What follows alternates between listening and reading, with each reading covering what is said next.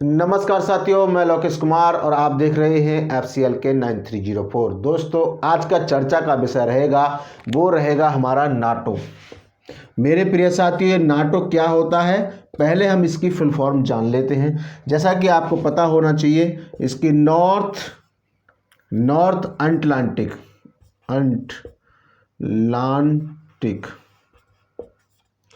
Treaty TRETY organisation, ठीक है। North Atlantic treaty organisation, इसका जो मतलब है वो ये है कि जो आपके ऊपर की साइड के, जो यूरोप की साइड के जितने भी देश हैं उनको एकत्रित यानी कि एक मंच पर लाने का संगठन, यानी कि ये यहाँ पर काम कर रहे हैं। मेरे प्रिय साथियों, इसको बनाने की क्या ज़रूरत पड़ी? जैसा कि आपने देखा होगा, आज रूस यूक्रेन पर हमला कर रहा है। इसी प्रकार इसने बहुत सारे देशों पर आक्रमण करके उनको कब्जाने की कोशिश की थी। इसीलिए अमेरिका, ब्रिटेन जैसे देशों ने सोचा कि क्यों ना हम अपने छोटे छोटे देश और भी संगठन के जो देश हैं, वहाँ की जो सैन्य शक्ति है यानी कि जो सेना है, वहाँ को आपस में मर्ज कर लें और एक ताकत यानी कि एक संघ बना लें, जिससे कि अगर उनके ऊपर कोई हमला करे तो एक साथ सारे देश मिलकर के उसको जवाब दे सकें। जैसे कि अब यूक्रेन है, आप यूक्रेन को मान के चलिए। जैसे कि आज इस समय यूक्रेन से जो लड़ाई चल रही है, वो यूक्रेन नाटो में शामिल होना चाहता है। नाटो में ये इसीलिए शामिल होना चाहता है क्योंकि ये बहुत छोटा देश है और इसके पास सुविधाएं भी बहुत सारी हैं। लेकिन रूस ये नहीं चाहता है कि ये इसमें शामिल हो, ये इसको हटाना चाहता है और ये इसे समझाना चाहता है कि तू यूक्रेन में मत जा। लेकिन हो क्या रहा है कि इससे इसकी देश की जो सीमा है वो सटी हुई है।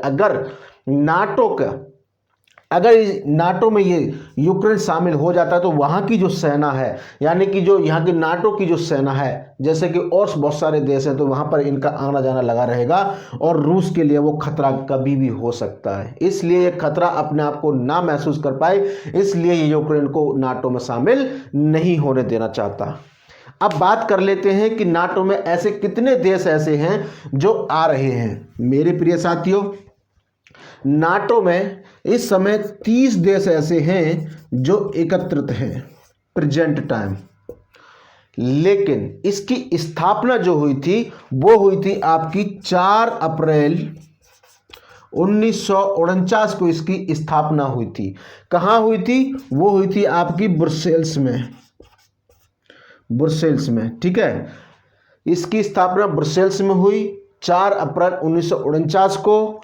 सारे देश इकट्ठे हुए और उन्होंने इसका प्लान किया। अब कितने देशों ने इसको मिलकर के पहले बनाया था, अब ये जान लेते हैं। तो मेरे प्रिय साथियों, कुल मिलाकर के 12 देश उस समय ऐसे थे जो 12 देशों ने ही मिलकर के ये नाटो की स्थापना की थी। कौन कौन से देश थे, आइए चर्चा कर लेते हैं। सबसे पहले हम लिख लेते हैं अमेरिका, दूसरा है ब्रिटेन, तीसरा है आपका बेल्जियम, चौथा है आपका कनाडा, पांचवा है आपका पुर्तगाल,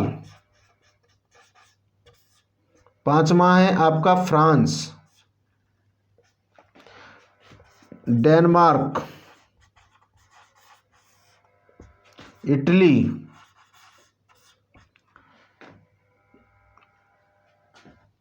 लग्जमबर्ग,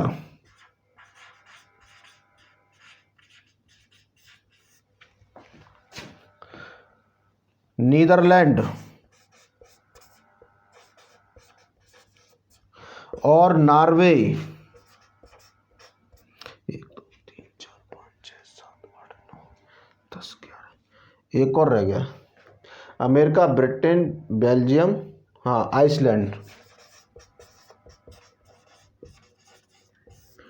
ये 12 देशों ने मिलकर के एक स्थापना की थी नाटो की 4 अप्रैल 1949 को। ब्रुसेल्स इस जगह का नाम है जहां पर उन्होंने घोषणा की थी। लेकिन अब इस समय प्रेजेंट टाइम इसमें देश है 30 और इन्हीं को रोकने के लिए ये चीज़ें की गई थी कि अगर मान के चलो कि ये 12 देश हैं, इन्होंने घोषणा की थी अगर मान लो आपने आइसलैंड पर आक्रमण किया तो इनका जो कहना है वो ये है आर्टिकल 5, यानी कि आर्टिकल 5 ये कहता है कि अगर एक देश पर हमला हुआ तो यानी कि जितने भी ये देश हैं आपके सब पर हमला माना जाएगा।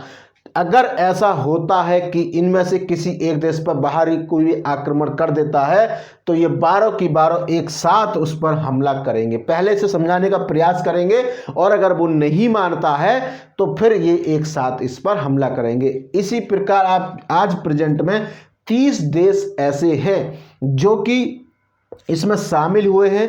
यही चाहता है यूक्रेन, अगर इनके साथ शामिल हो जाता है तो रूस पर पाबंदी लग जाएगी, क्योंकि ये 30 देश फिर एक साथ रूस पर हमला करने के लिए बाध्य हो जाएंगे। अगर ऐसा नहीं हो पाता, यूक्रेन इसमें शामिल नहीं हो पाता है तो रूस अपना सुरक्षित देश है, वो इस पर हमला कर रहा है, कोई दिक्कत नहीं है, ये देश कोई भी इनमें नहीं आ रहा है। लेकिन अब नाटो अपने धीरे धीरे पैर पसार रहा है, जैसे कि अब ये यूरोप में, जैसे आर्टिकल नंबर 10 की अगर हम बात करें, यहां लिख लेते हैं आर्टिकल नंबर, अगर हम 10 की बात करें, आर्टिकल नंबर 10 इनका ये कहता है कि कोई भी देश अगर शामिल होना चाहता है नाटो में तो वो पहली बात यूरोप का होना चाहिए। दूसरा ये है कि अगर वो यूरोप का भी नहीं है तो कोई बात नहीं, उसे कुछ चीज़ों का पालन करना होगा, क्योंकि आर्टिकल में कुछ तब्दीली कर दी गई है इस 10 में कि अब उसे, अगर वो यूरेशियन भी है, अगर वो एशिया भी है तो वहाँ भी वो जा सकता है, कोई दिक्कत नहीं है। अब इसमें थोड़े से कुछ नियम बना दिए गए हैं वो उनको फॉलो करने हैं। जैसे कि अगर हम बात करें इस समय इसमें 27 देश ऐसे हैं जो यूरोप से लिए गए हैं इस समय प्रेजेंट टाइम, और 2 इसमें जो आपके दक्षिणी और उत्तरी अमेरिका है, एक इसमें यूरेशियन है, सिर्फ एक यूरेशियन है इसमें, बाकी के सब की सब देश इसमें यूरोप से ही हैं। ठीक है, तो लास्ट देश जो जोड़ा गया है वो है मैसेडोनिया,